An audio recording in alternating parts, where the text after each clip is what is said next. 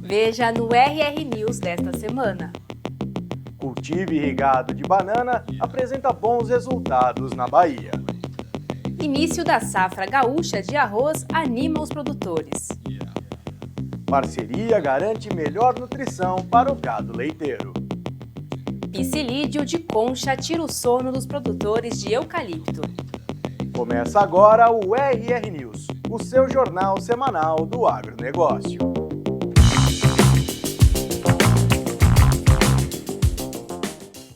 Um dia de campo realizado pela CAT reuniu produtores de frutas para estimular o cultivo da uva de mesa no estado de São Paulo.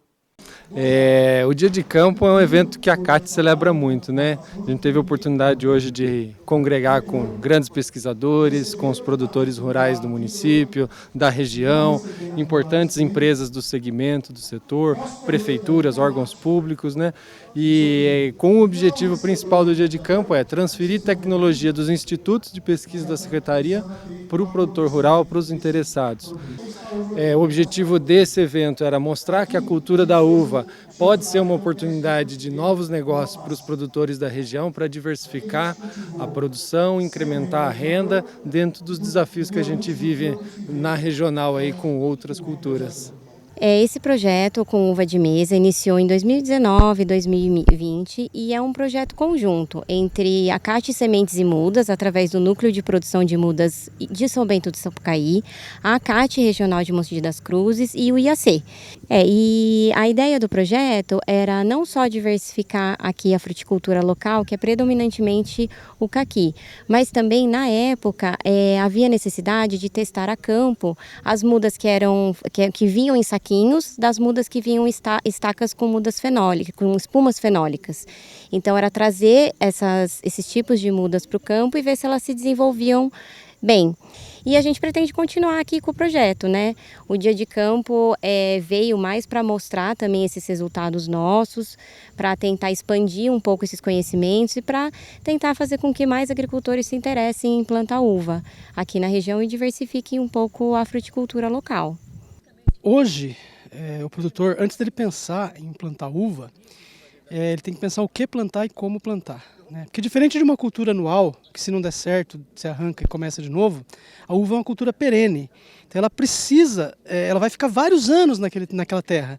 Então, na hora de escolher o que fazer, o produtor tem que estar municiado, né, de informações técnicas para poder fazer a melhor escolha possível. Quando a gente junta tudo isso num dia de campo, todo mundo junto, conversando, tendo a oportunidade do produtor expressar a necessidade dele, né, me ajuda na minha busca de novos estudos científicos, né, ajuda o pessoal da extensão no que eles procurar saber para transferir para os produtores.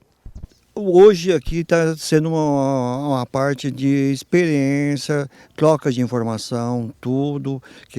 O que é a dificuldade que um tem, troca, e o outro não tem. Então, essa informação pode ajudar o outro aqui na propriedade e como eles também podem estar tirando algumas dúvidas, tudo aqui, tá? Nesse dia de campo, tudo, para cada vez melhorar a produção e a qualidade do produto também, aqui que a gente pode colocar na mesa das pessoas, tá, tudo com maior qualidade, menos agrotóxico e com mais sabor também. E hoje ele está celebrando isso, ele está comemorando a colheita, ele está apresentando, né, um pouco de técnica para os vizinhos, para os amigos que vieram aqui ver o empreendimento dele. E a gente vai falar também de turismo, vai falar das possibilidades que a uva permite, né? De agregar um valor maior, de trazer mais gente para dentro da propriedade, de diversificar a fonte de renda, tá? A sobra dessa uva pode virar uma geleia, ele pode implantar outros produtos, ele pode transformar a propriedade dele num empreendimento de turismo rural. O Dia de Campo é uma das principais ferramentas que a CAT tem para divulgar as tecnologias, para trazer o contato com os produtores rurais e para aplicar a extensão rural na forma propriamente dita. A iniciativa Mulheres do Cacau do Espírito Santo celebra o protagonismo feminino na agricultura familiar e os avanços conquistados por meio do associativismo. Através do projeto, as agricultoras capixabas vêm mudando a história dessa cultura no estado. E a gente pôde ver mais de perto o trabalho, as responsabilidades das mulheres nas famílias, como também o trabalho e o protagonismo nas atividades da propriedade rural, com destaque aí para a produção de cacau.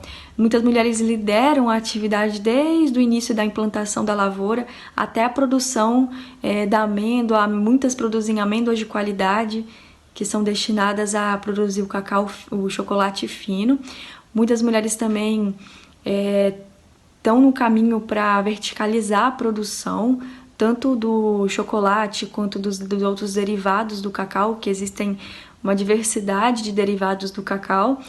Tem na associação também 3 agroindústrias que são lideradas por mulheres, e a gente tem como um resultado imediato, um produto que é a demanda gerada, apontada pelas mulheres, como também as demandas observadas pela nossa equipe, que vão abrir portas para estar conseguindo melhorar as estruturas da associação, assim como ajudar no planejamento, para realmente atender as necessidades das mulheres e de acordo com cada uma das 4 associações, de forma mais particular.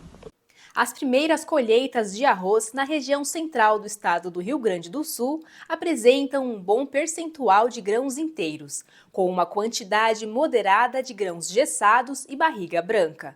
O desempenho manteve-se dentro das expectativas.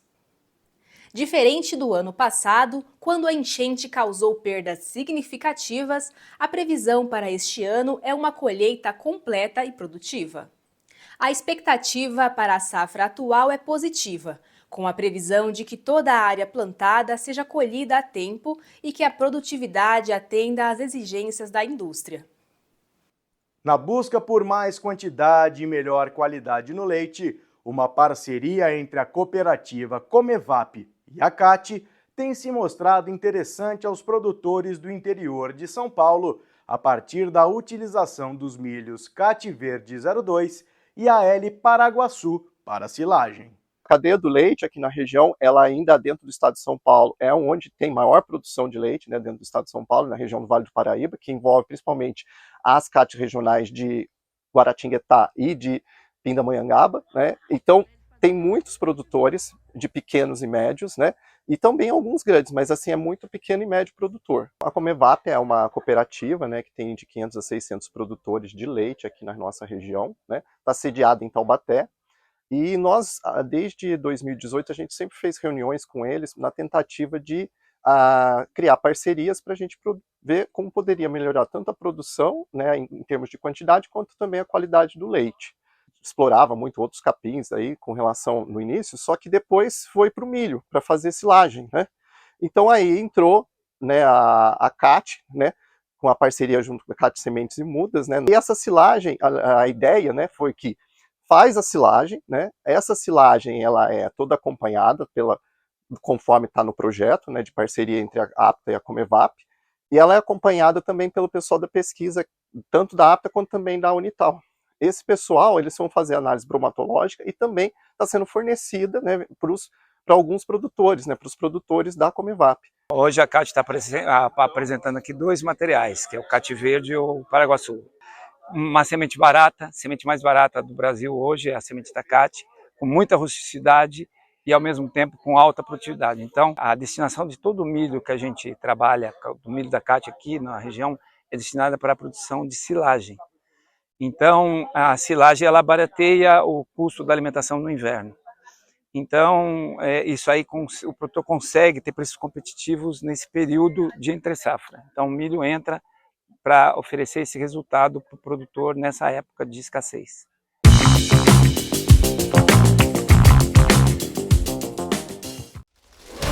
Chegou o Ruralflix, um novo serviço de streaming inteiramente voltado para o agronegócio. Nele, você vai assistir todo o conteúdo produzido pela equipe da Revista Rural, organizado por assunto e área de atividade. E você pode acessar pelo computador, tablet ou smartphone. Legal, né? Então não perca tempo e tenha acesso a todas aquelas reportagens que você tanto gosta. Ruralflix, para ver, aprender e se divertir.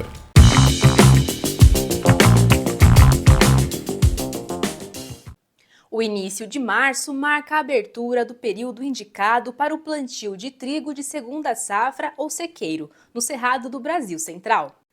O trigo safrinha é cultivado após a colheita da soja e sem irrigação, aproveitando o final da estação chuvosa. A cultura tem chamado a atenção dos produtores, seja pelos benefícios ao sistema de produção ou pela rentabilidade que ela pode proporcionar. Estima-se que na atual safra devem ser semeados cerca de 200 a 250 mil hectares do cereal na região, com crescimento de 5% a 10% na área plantada.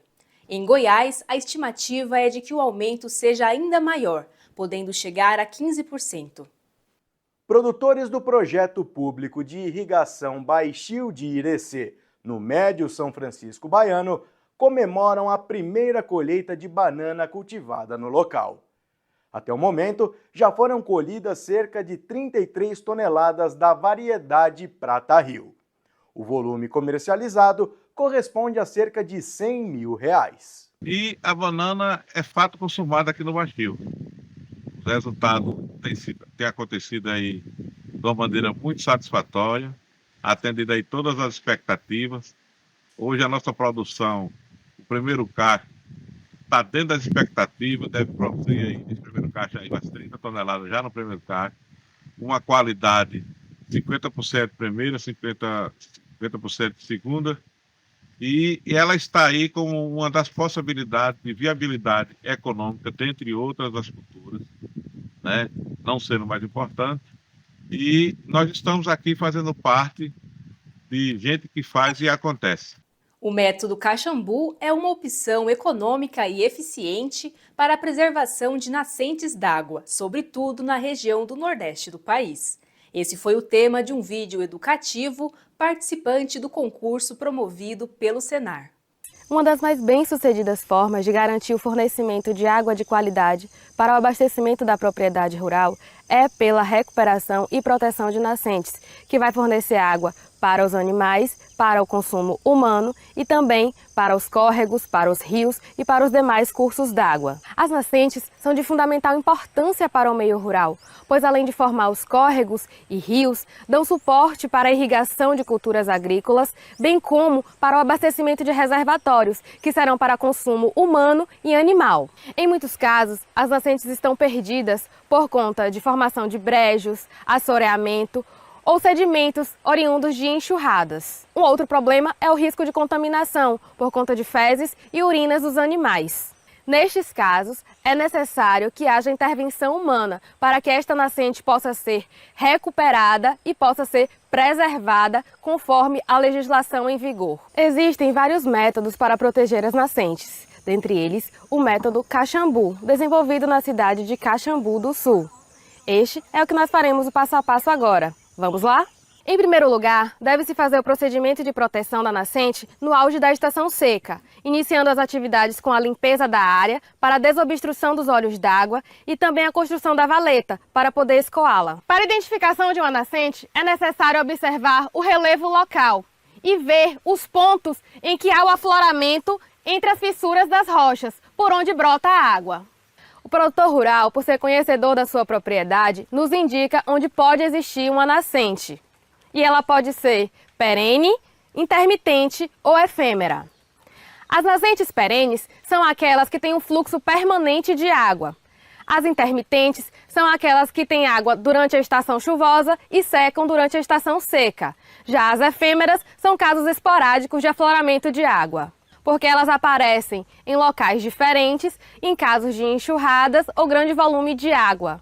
Não há exigência legal para a proteção de nascentes efêmeras, porque elas são casos esporádicos, podem acontecer em locais diferentes e apenas em casos de grande volume de chuvas ou enxurradas. Para proteger a nossa nascente, iremos utilizar pedras, canos de 100, de 50 e de 3/4, 2 capes de 50, um cap de 100, cola de cano, serra, cimento, barro, areia lavada e ferramentas diversas como pá, enxada, enxadete e colher de pedreiro.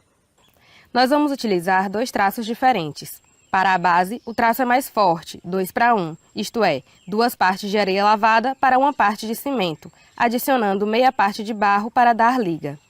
Para a parede, o traço é 3:1, 3 partes de areia lavada para 1 parte de cimento. Após a limpeza do local, nós vamos posicionar o cano de 100 mm na parte inferior, que esta é a nossa tubulação de limpeza. Aqui, nós já colocamos solo-cimento na proporção de 2:1 para forrar o chão. Desta forma, a água que sai da nascente vai diretamente pela tubulação de limpeza, enquanto nós efetuamos os demais processos. É importante que as pedras sejam lavadas antes de serem colocadas dentro do sistema, pois a água deve ser limpa para o consumo dentro da propriedade. As pedras, elas servem tanto para proteger o olho d'água, quanto para filtrar a água e oferecer melhor qualidade. Em um cap de 50 mm, são feitos furos para que não possam entrar pequenos animais dentro do sistema. Esta é a tubulação extravasora, também conhecida como tubulação ladrão. Estamos agora inserindo a tubulação de captação de água, que é um tubo de 3/4 por onde sairá água continuamente. Ela não deve ser sobreposta à tubulação de limpeza. O olho d'água, ele deve ser protegido com pedras de forma que não seja obstruída a água que sai dentro dele. Por isso, nós fazemos tipo uma casinha com pedras médias para poder protegê-lo.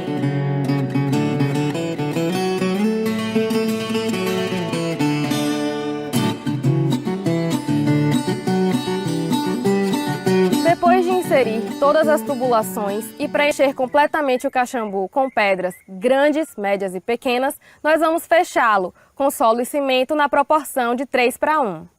O cano de 100 mm é a tubulação de limpeza e ele fica com o cap acoplado, porém não colado. E ele é aberto toda vez que for necessário para realizar o procedimento de limpeza.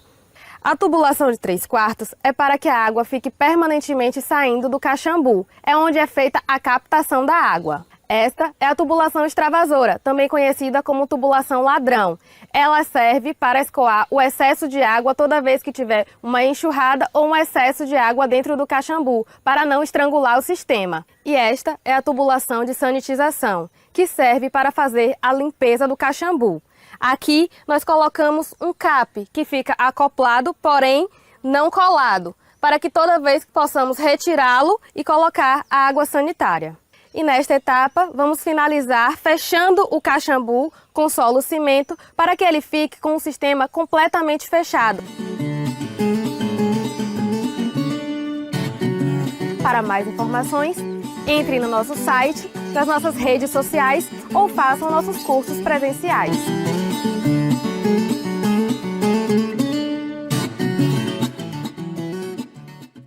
Para assistir na íntegra aos vídeos do concurso do sistema CNA-Senar, basta utilizar o QR Code que está na tela.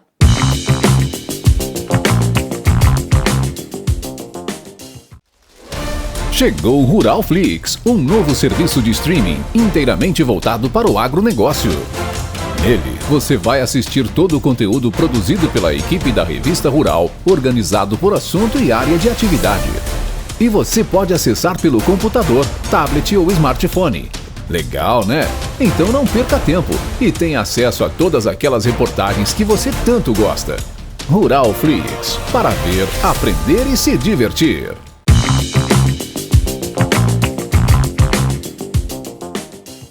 Experimentos realizados com plantações da variedade Arroz Anã, na região centro-norte do estado do Rio de Janeiro, mostram que as abelhas desempenham uma forte influência na produtividade dos cultivos. O trabalho que a gente vem fazendo na polinização em arroz, observando o papel das abelhas, ele está conectado, na verdade, a um projeto maior, que é a identificação da confirmação da identidade geográfica do arroz anã em Porto Marinho, no estado do Rio de Janeiro.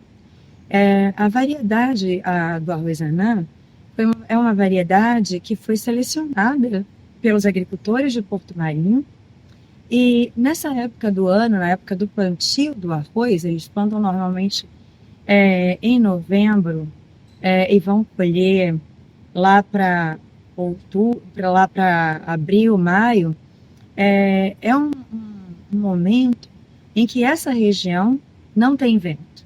O arroz é uma planta cuja polinização está muito associada ao papel do vento, né?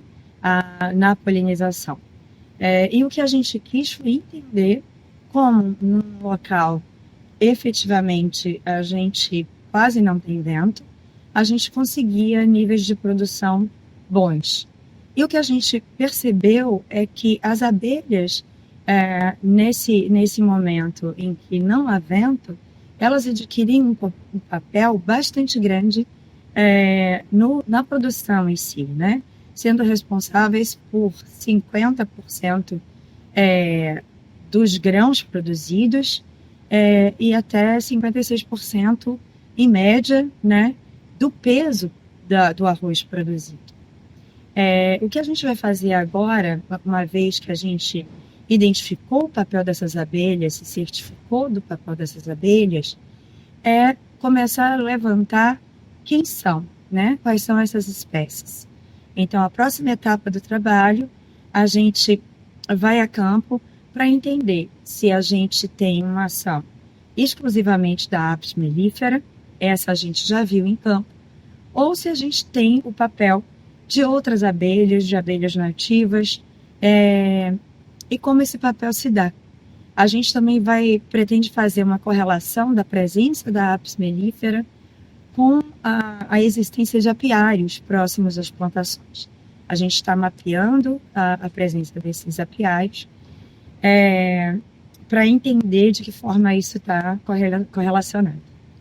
O psilídeo de concha, inseto de origem australiana, vem tirando o sono dos produtores de eucalipto. Ele chegou ao Brasil em 2003 e se espalhou rapidamente, utilizando como hospedeiro várias espécies de eucalipto. As árvores afetadas apresentam folhas cobertas por pequenas conchas, que podem causar desfolhamento e levar à morte da planta. Outro dano causado é a redução da área foliar, que diminui a atividade fotossintética da planta e compromete seu desenvolvimento. Além disso, a infestação do psilídeo de concha pode favorecer o ataque de pragas secundárias e a ocorrência de doenças. A Embrapa estima que o inseto pode causar perdas de produtividade de até 30%.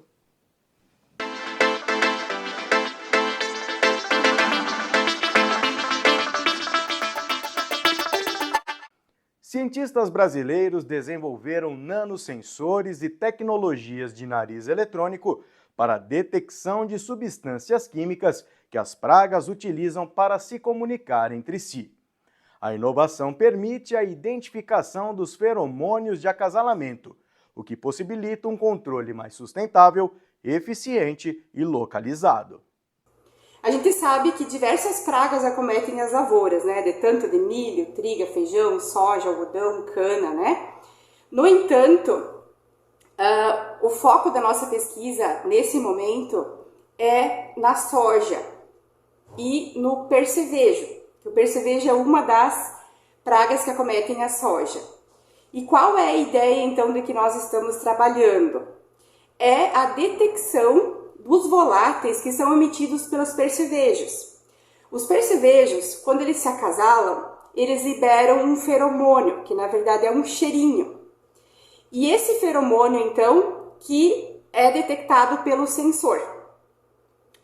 E aí o sensor apresenta um sinal e a gente consegue verificar que realmente aí tem percevejos.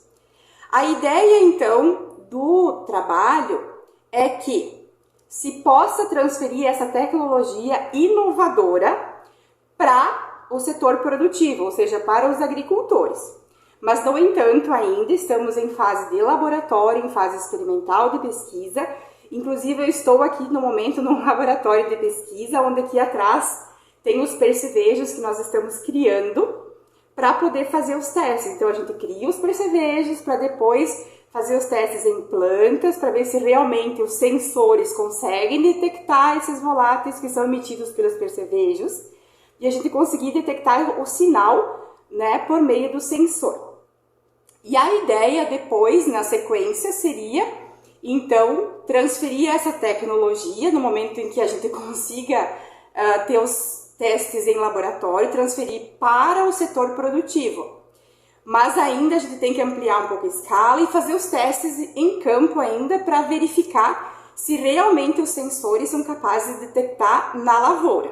Mas a princípio estamos ainda em testes em laboratório, mas a ideia é que essa tecnologia sirva para que o produtor consiga fazer um mapeamento com esses sensores, onde ele consiga detectar aonde os insetos estão alocados na lavoura e aplicar inseticidas somente aonde tem os percevejos, porque a gente sabe que os percevejos eles não ficam alocados em toda a lavoura, somente em alguns lugares. Então, essa tecnologia visa ajudar ao agricultor a reduzir o custo de produção e, além disso, contribuir para o meio ambiente para o uso menor de inseticidas. 7 equipes, formadas por engenheiros agrônomos e técnicos agropecuários da Coordenadoria de Defesa Agropecuária, realizaram entre os dias 10 e 21 de fevereiro uma força-tarefa que visou o combate ao greening, uma das maiores ameaças à atividade citrícola. As equipes percorreram as regiões de Avaré, Itapeva e Mojimirim e realizaram a inspeção de mais de 3.300.000 plantas, em pomares de 48 propriedades. A aquicultura passa a ser uma das linhas de atuação da Embrapa Cerrados. Desde o início deste ano, a unidade tem interagido com potenciais parceiros para discutir possíveis ações de pesquisa e desenvolvimento, além de transferência de tecnologia sobre o tema na região do bioma cerrado. Aqui a gente está introduzindo a temática de aquicultura na Embrapa Cerrados.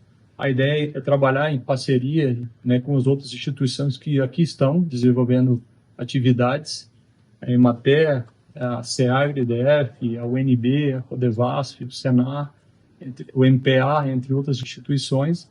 Então a gente somar esforços com essas iniciativas que já estão em andamento e também desenvolver projetos de pesquisa e de extensão com essas instituições. Tudo isso tentando atender demandas do setor.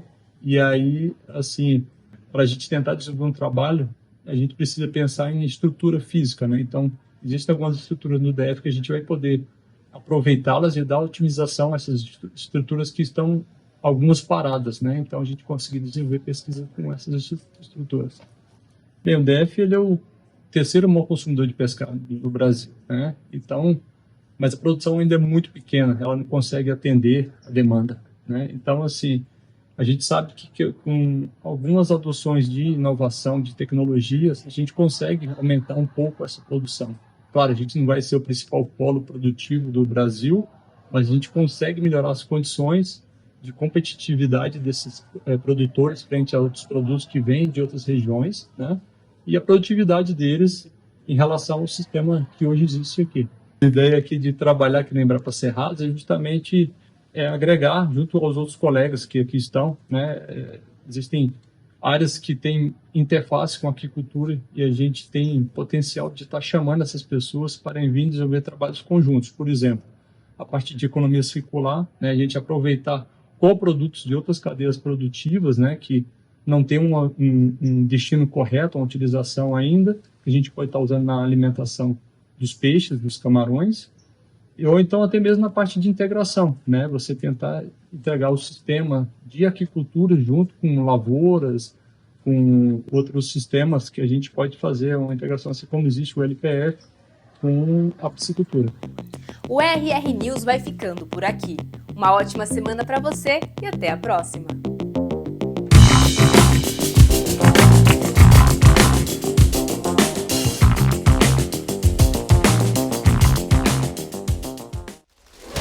Chegou o Rural Flix, um novo serviço de streaming inteiramente voltado para o agronegócio. Nele, você vai assistir todo o conteúdo produzido pela equipe da Revista Rural, organizado por assunto e área de atividade. E você pode acessar pelo computador, tablet ou smartphone. Legal, né? Então não perca tempo e tenha acesso a todas aquelas reportagens que você tanto gosta. Rural Flix, para ver, aprender e se divertir.